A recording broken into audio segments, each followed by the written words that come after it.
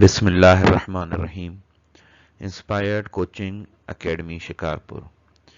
Multiple choice questions class 9th physics. Class 9th physics की MCQs बेटा। पहला question है हमारा, a vector quantity has option A magnitude, direction, proper unit, all of these. Vector quantities को क्या होती है? Magnitude, direction, proper unit, all of. तो वेक्टर क्वांटिटी को सब होते हैं, तो इसका करेक्ट ऑप्शन होगा डी, ऑल ऑफ दीज। दूसरा क्वेश्चन है, which of the following is a vector quantity. In quantities में से कौन सी क्वांटिटी वेक्टर है? Speed, distance, power, force. तो इनमें से जो वेक्टर क्वांटिटी है, स्पीड भी स्केलर है, डिस्टेंस भी स्केलर है, पावर भी स्केलर है, सिर्फ फोर्स वेक्टर है, तो करेक्ट ऑप्शन होगा D. Which of the following is a scalar quantity. इनमें से कौन सी क्वांटिटी स्केलर है? Force, displacement, power, acceleration. बेटा फोर्स भी वेक्टर है, डिस्प्लेसमेंट भी वेक्टर है, एक्सेलरेशन भी वेक्टर है, सिर्फ पावर जो है वो स्केलर है, तो इसका करेक्ट ऑप्शन सी होगा। First book of physics written by. पहली फिजिक्स पर किताब जो लिखी थी वो किसने लिखी थी? न्यूटन ने, गैलीलियो ने, आइंस्टाइन ने या एरिस्टोटल ने? तो फिजिक्स पर फर्स्ट किताब जो फर्स्ट बुक लिखी गई थी वो एरिस्टोटल ने लिखी थी, तो इसका करेक्ट ऑप्शन डी होगा। The branch of science which deals with non living things. Science की वो ब्रांच जो नॉन लिविंग थिंग्स से डील करे, उसके बारे में बताए, तो वो कौन सी होगी? नेचुरल साइंस होगी, बायोलॉजिकल साइंस होगी, केमिकल साइंस होगी या फिजिकल साइंस? जैसा कि हम पढ़ चुके हैं, साइंस को हम दो ब्रांचेस में डिवाइड करके आए हैं, एक बायोलॉजिकल साइंस, दूसरी physical science. Biological living things के, और यहाँ पर क्वेश्चन में नॉन लिविंग थिंग्स पूछ रहा है, तो कॉमन सी बात है फिजिकल साइंस होगा, डी ऑप्शन इसका करेक्ट है। The word physics is taken from dash word physikos. कौन सी लैंग्वेज का वर्ड है फिजिकोस? लैटिन का, अल्जेरियन का, ग्रीक का या नन ऑफ दीज? तो ग्रीक लैंग्वेज का वर्ड है फिजिकोस, जिसमें से जिसकी मीनिंग है नेचर, तो करेक्ट ऑप्शन सी होगा। The branch of science which deals with the study of properties of matter, energy and their mutual relationship. Science की वो ब्रांच जो हमें मेटर, एनर्जी और उन दोनों के रिलेशन के बारे में बताए, उस ब्रांच को हम क्या कहते हैं? केमिस्ट्री, फिजिक्स, जोलॉजी या एस्ट्रोलॉजी? तो ये फिजिक्स की डेफिनेशन है, तो इसको हम फिजिक्स कहते हैं, ऑप्शन बी करेक्ट है। So question number, the branch of physics which deals with the study of highly ionized gases is called। highly ionized gases से जो फिजिक्स की ब्रांच डील करती है, तो ऑप्शंस में है हमारे पास एस्ट्रोफिजिक्स, बायोफिजिक्स, नैनो फिजिक्स और प्लाज्मा फिजिक्स। तो प्लाज्मा फिजिक्स जो है वो हाईली आयोनाइज्ड गैसेस या बेयर्ड न्यूक्लियस से डिस्कस डील करती है, तो इसका डी ऑप्शन करेक्ट होगा। The branch of physics which deals with the study of motion with reference of force is called।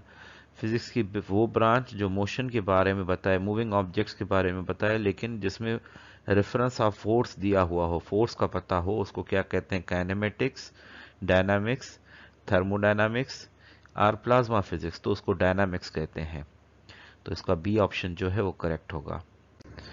Question है, the branch of physics which deals with the study of motion without reference of force. जिसमें हमें force का पता ना हो, moving objects के बारे में बताए लेकिन फोर्स का पता ना हो कि फोर्स कहाँ से, फोर्स की ओरिजिन कहाँ से है, तो उस ब्रांच को हम कहते हैं, ऑप्शन ए है kinematics, dynamics, thermodynamics, plasma physics, तो इसका करेक्ट ऑप्शन होगा काइनेमेटिक्स, ऑप्शन ए करेक्ट है। नेक्स्ट क्वेश्चन की तरफ चलते हैं हम बेटा। The branch of physics which deals with the study of crystalline solids। Crystalline solids के बारे में जो फिजिक्स की ब्रांच हमें बताए, उस फिजिक्स को हम क्या कहते हैं? Mechanics, dynamics, solid state physics और प्लाज्मा फिजिक्स, तो उसको हम सॉलिड स्टेट फिजिक्स कहते हैं, इसका करेक्ट ऑप्शन होगा सी।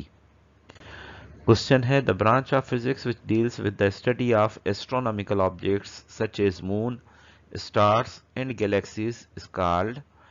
जो हमें मून, स्टार्स एंड गैलेक्सीज के बारे में फिजिक्स की ब्रांच बताए, उसे हम क्या कहते हैं? Mechanics, astrophysics, solid state physics, or plasma physics. तो अपने लफ्जों से जाहिर है, तो इसको हम एस्ट्रोफिजिक्स कहते हैं। बी ऑप्शन इसका करेक्ट है। Next question, anything which occupy space and having mass is called. ये मैटर की डेफिनेशन है, तो इसका ऑप्शन है एनर्जी, मैटर, सॉलिड या बोथ ए एंड बी। तो इसका सिर्फ ऑप्शन करेक्ट जो है वो बी है। तो मैटर के बारे में हमें बताती है। Correct option B. Question, the ability of doing work is called energy, matter, solid, both A and B. तो इसका करेक्ट ऑप्शन ए है, ability of doing work is called energy. तो ए ऑप्शन करेक्ट है। Which of the following is referred as fundamental physical quantity. इनमें से कौन सी fundamental physical quantities हैं। एनर्जी, एनर्जी फंडामेंटल नहीं है, ड्राइव्ड है। पावर ड्राइव्ड है। करंट फंडामेंटल क्वांटिटी है, क्योंकि 7 फंडामेंटल क्वांटिटीज में करंट आ जाता है। तो इसका ऑप्शन सी करेक्ट है। Next question, which of the following is referred as derived physical quantity. इनमें से ड्राइव्ड फिजिकल क्वांटिटीज कौन सी हैं। टाइम, पावर, करंट और ल्यूमिनस इंटेंसिटी। अब ये चारों में से टाइम जो है वो फंडामेंटल है, करंट भी फंडामेंटल है, ल्यूमिनस इंटेंसिटी भी फंडामेंटल है, पावर सिर्फ ड्राइव्ड है। तो इसका करेक्ट ऑप्शन बी होगा। नेक्स्ट क्वेश्चन है, the unit of force in FPS system is. Force का यूनिट एफपीएस सिस्टम में, जब सिस्टम ही है फुट पाउंड सेकंड सिस्टम, तो एफपीएस सिस्टम में फोर्स का यूनिट जो होगा वो पाउंड होगा। Pound means option C correct है। एफपीएस सिस्टम में फोर्स का यूनिट पाउंड होता है। So next question, the unit of force in SI system. SI system में फोर्स का यूनिट जो होता है वो न्यूटन होता है। तो इसका करेक्ट ऑप्शन ए है। In SI system the unit of force is newton. A option correct है। The unit of current in SI system. Current का यूनिट एसआई सिस्टम में क्या होगा। Newton, kilogram, pound, ampere. तो करंट का यूनिट एम्पियर होता है ऐसा सिस्टम में। तो ये फंडामेंटल क्वांटिटी है, उसका यूनिट एम्पियर है करंट का। तो next question, there are dash fundamental quantities in SI system. In SI system में कितनी फंडामेंटल फिजिकल क्वांटिटीज हैं। 3, 5, 7, 9। तो इसका करेक्ट ऑप्शन है सी, 7 फंडामेंटल क्वांटिटीज हैं। Answer correct option is C.